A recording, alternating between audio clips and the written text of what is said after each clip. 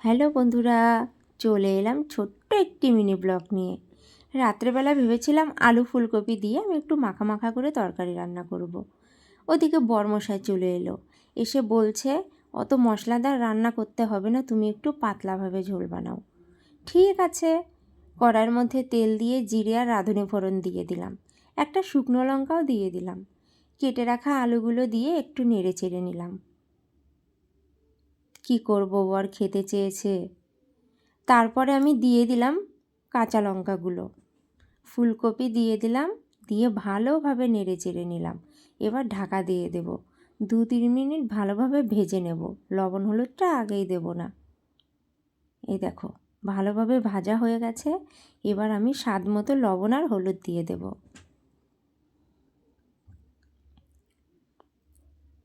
আবার 2-3 মিনিট ভালোভাবে ভেজে নেব।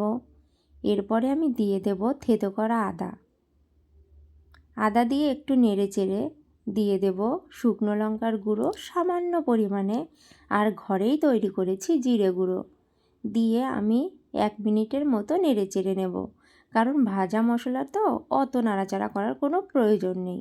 এরপরে আমি দিয়ে দেব গ্লাস ভর্তি জল, মানে ঝোল। তারপরে দিয়ে দেব শীতকালের প্রিয় বন্ধু ধনেপাতা। এরপরে ঢাকা দিয়ে দেব। ঢাকনা খুলে দেখো আলু ফুলকপি সবাই সেদ্ধ হয়ে গেছে। ভিডিওটা ভালো লাগলে প্লিজ লাইক কমেন্ট শেয়ার